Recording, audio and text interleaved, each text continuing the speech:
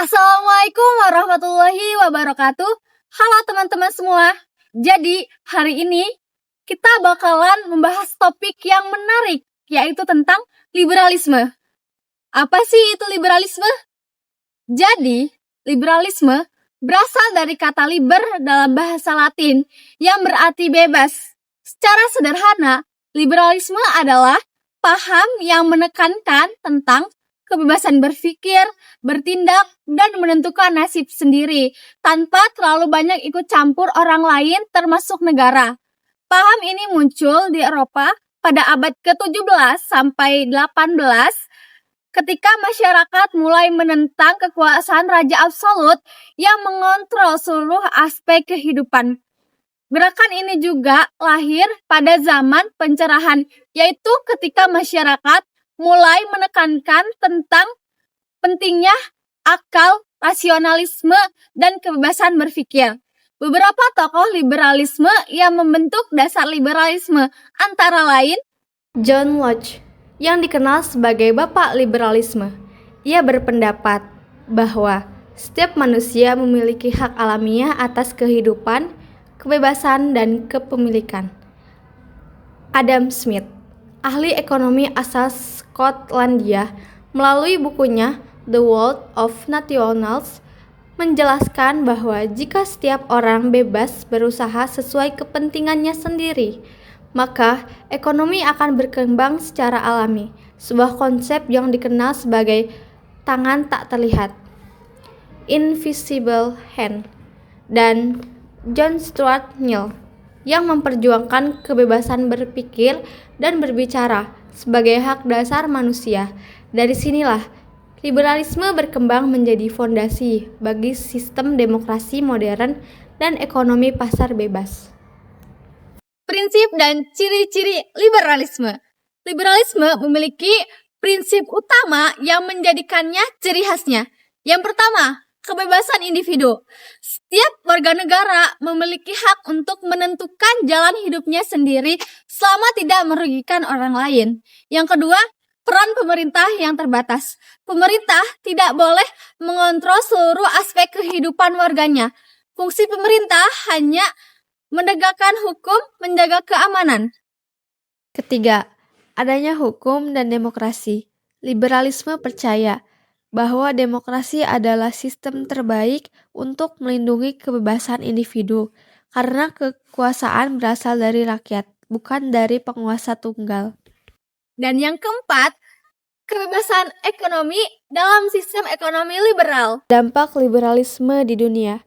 Dalam sejarah dunia, liberalisme telah membawa banyak perubahan besar. Di bidang politik, liberalisme menjadi dasar lahirnya negara demokrasi modern, seperti Amerika Serikat, Inggris, dan Perancis. Nilai-nilai seperti hak asasi manusia, kebebasan pers, dan kedaulatan rakyat semuanya berakar dari pemikiran liberal. Di bidang ekonomi, liberalisme melahirkan sistem kapitalisme dan perdagangan bebas. Negara-negara yang menerapkan ekonomi pasar bebas berkembang pesat karena memberi ruang bagi inovasi dan kreativitas. Namun, di sisi lain, liberalisme juga memunculkan masalah baru. Kesenjangan ekonomi sangat besar dan kekuasaan sering berpindah dari pemerintah ke tangan perusahaan besar yang menguasai pasar. Inilah yang kemudian memunculkan perdebatan panjang antara pendukung liberalisme dan pengkritiknya, seperti kaum sosialis dan komunitarin. Dampak liberalisme di Indonesia. Sekarang, bagaimana dengan Indonesia? Pengaruh liberalisme di Indonesia sudah ada sejak masa kolonial Belanda, terutama melalui sistem ekonomi pasar yang diterapkan di Hindia Belanda. Setelah Indonesia merdeka, nilai-nilai liberal sempat diterapkan pada masa demokrasi liberal antara tahun 1949 hingga 1959. Pada masa itu, Indonesia menganut sistem parlementer dengan banyak partai politik dan kebebasan berpendapat yang cukup luas. Sayangnya, kondisi politik saat itu belum stabil, sehingga ini tidak bertahan lama dan digantikan oleh demokrasi terpimpin di bawah Presiden Soekarno.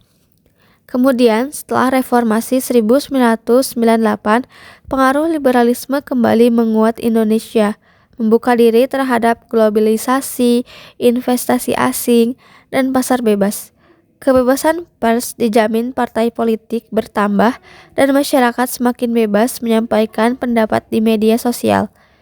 Di bidang ekonomi, muncul banyak perusahaan swasta, startup digital, dan pelaku UMKM yang berkembang berkat sistem ekonomi terbuka. Ini adalah contoh dampak positif liberalisme karena memberi ruang bagi masyarakat untuk berinovasi dan bersaing.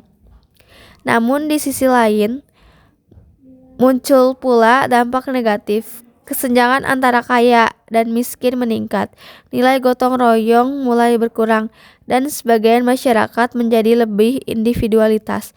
Bahkan, kebebasan berbicara yang tidak diimbangi tanggung jawab kadang memicu ujaran kebencian dan disinformasi. Oleh karena itu, penting bagi Indonesia untuk menyaring nilai-nilai liberalisme agar tetap sesuai dengan nilai-nilai Pancasila dan budaya bangsa. Sebagai kesimpulan, liberalisme adalah ideologi yang menempatkan kebebasan individu sebagai nilai utama dalam kehidupan ekonomi, politik, dan sosial.